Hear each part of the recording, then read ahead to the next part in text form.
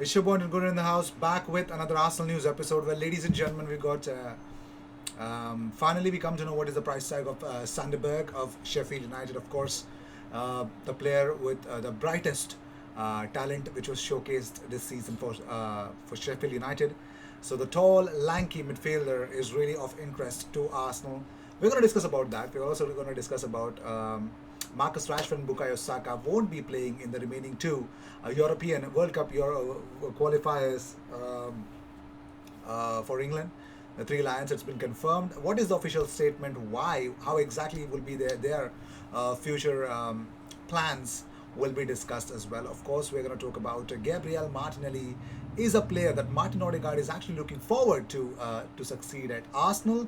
And of course, Willian opens up about his Arsenal life up until now, and most importantly, we're also going to talk about how Arsenal can actually how Arsenal have decided about their loanees who are not even there in contention to be playing for Arsenal in the future. So let's just begin. The first news that we got here is about Marcus Rashford. So first of all, we're going to talk about Marcus Rashford and Bukayo Saka. That Marcus Rashford and Bukayo Saka will play no part in England's forthcoming 2022 FIFA World Cup qualifiers. They got a couple of games. They won the first game against San Marino, and San Marino. And following further assessment, it has been decided that Rashford will continue his rehabilitation with Manchester United. Saka had remained at Arsenal for further assessments on an ongoing issue with the hope of joining up with the Three Lions, but will now not be available for the fixtures against Albania and Poland. This has been submitted by the FA staff. So,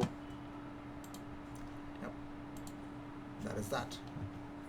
So also, let's talk about Sanderberg. Sheffield United are expected to demand a fee of more than £35 million for Sanderberg if Premier League clubs including Arsenal and Tottenham Hotspur decide to pursue their interest in the midfielder, according to James Shield, who has come up with this. Yeah, James Shield has come up with this, and yeah, it looks like Sanderberg is the price tag would be 35 million plus. Yep, that's the reality. And if Arsenal or any other club who would even want to think of, getting Sanderberg up their mix, the only way to do that is to get to pay 35 million plus.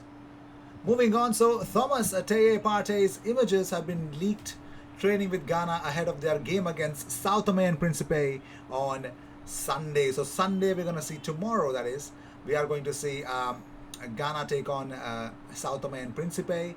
And yep, the Black Stars are hoping that Thomas Ateye Partey starts the game for them and gets the job done as well. So that's what the whole idea is in the first place as well.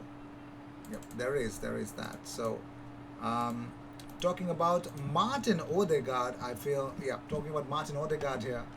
Now, Odegaard, Paul Merson has spoken highly of Martin Odegaard. He said, Odegaard looks a really good player, and I hope Arsenal have a chance of signing him permanently, because if they don't have a chance of making his loan permanent next season, why is he playing? If they know he doesn't want to stay, he shouldn't be playing because he's taking opportunities away from people like Smith Rowe. So I hope Arsenal have done their homework and know what the situation is. I'd be disappointed if they haven't already made a bid, to be honest. So Paul Merson wants Odegaard at Arsenal. That's really good. He would be disappointed if Arsenal won't make a deal for Odegaard. But same here. I mean, a lot of Arsenal fans, even I put up on the community tab, and people are wanting Martin Odegaard. They're even rejecting Paulo Dybala coming to Arsenal because they are now believing in only one person to play that number 10 role at Arsenal, Martin Odegaard. Well, talking about Martin Odegaard, he was asked on which young player at Arsenal has impressed him the most. Odegaard said, obviously, we have Bukayo and Emil, and they are already playing so much. But I think one guy who hasn't played much lately is Martinelli. He's such a big talent. You see him in training every day and you see it. He's a really talented player with a lot of qualities. So I think definitely he's one for the future. And he's so young still, so I will go with him. He just has to keep working hard as he's doing every day in training. And talking about the Premier League, he was asked about you talk about the Premier League. Um, so he says the Premier League is really big in Norway. So I grew up watching it every week, and everyone in Norway follows the league so close. It's a dream to be able to play here, says Martin Odegaard. It was a dream for him. That is so cute. Beautifully said and beautifully composed. Um, Let us talk about the transfer news that we have here for you guys. Is about Daniel Malen. Yes, it looks like Arsenal, Mikel Arteta can rectify one of Arsenal's biggest transfer mistakes with £25 million Daniel Malen deal. Now, exciting Dutch attacker left Arsenal to join PSV in 2017, and he's been a huge hit in the Eredivisie ever since, sparking speculation about a return to the Premier League this summer. Now, with international break in full swing, Premier League clubs have been provided with a rare opportunity to take a break from the hectic league schedule to start planning for the up and coming summer transfer window. Now, our headache is about Alexander Lacazette, Eddie Nketiah. There are lots of different things. Martin Odegaard, but up comes another thing. What happens to Gabriel Martinelli? Does he play as a striker? If that's so, what happens to Folarin Balogun? If yes, where is in the mix? Where is Daniel Malen in the mix then? So in the summer of 2017, Daniel Malen left Arsenal to join PSV in a deal worth £5.5 million. Since then, he developed into a top young talent across all competitions this season. He scored 23 goals, whilst also registering a further 6 assists across all competitions this season. That goal tally breaks down to an impressive average of 0.65 goals per 90 and is slightly better than his XG average of 0.59. That's really awesome. And is predominantly right-footed, therefore playing on the left naturally opens up more opportunities for him to cut inside onto his favoured foot in order to get the shots off on goal, similar to how Pierre-Emerick Aubameyang operates for Arsenal right now. So the price tag 25 million. Would you take Daniel Malen back? Because I can actually tell you lots of stats about him, lots and lots of stats about him, but that is that. So moving on, 17 Arsenal loanees summer transfer fates revealed with 13 to leave in Mikel Arteta overhaul. Now this is a report revealed by Kaya Kanak. Now the summer is undoubtedly going to be one of the most crucial ones for Arsenal. And as we move upon, let's talk about certain youngsters that Arsenal's might be losing. Jordi Osei-Tutu, he was very highly rated at the club when made the bench during Unai Emery's first season in charge. However, unfortunate injuries.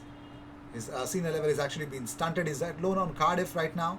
So it could be that Kaya Kanak believes that he should be sold off. Ben Sheaf, he believes should be sold off. Joseph Oliveira would be released. He will not be offered a contract extension. Mark McGuinness, loan. James Solanka, he believes should be sold off. Loan for Tyrese John Jules again. Harry Clark, loan. Matt Smith, he wants him to be kept. Ballard, sell. Zach Medley, keep. Matteo Guendouzi, sell. Lucas Torreira, keep. Saliba, keep. Mavropanos, loan. Joe Willock, he believes should be sold off. Dani Ceballos should not be recalled again for another loan deal. Maitland-Niles, sell. So that's what he believes in. Let's see. Willian makes big Arsenal admission after his move from Chelsea as he opens up on his form right now. Exactly. He says that he suffered his worst professional time earlier this season. He was heavily criticized in the midst of the poor start to the season for Arsenal. He says it was really a very difficult start apart from the first game against Fulham, where I had a good performance. I managed to make a good game. Even after that game, there were some games that we won. I even had a good game, but then we ended up getting a bad streak. I also got a bad streak, and I think my worst professional time to date since I went up at Corinthians and was sold to Ukraine. Then I arrived at Chelsea without a doubt. This phase that passed now was the worst time that I think I lived as a professional. Of course, when you live in a difficult moment, you really get upset and try to find solutions. A way to improve, try to help the team. And speaking about how he returned to form, he said, "That's what I've been doing all this time. I never stopped training to work to dedicate myself as much as possible. It took a little while to leave, but lately in the last games, I've been playing well again. Standing out with assists, playing well. So I'm happy to be back to find my good football." All the best. So this is what Willian believes in.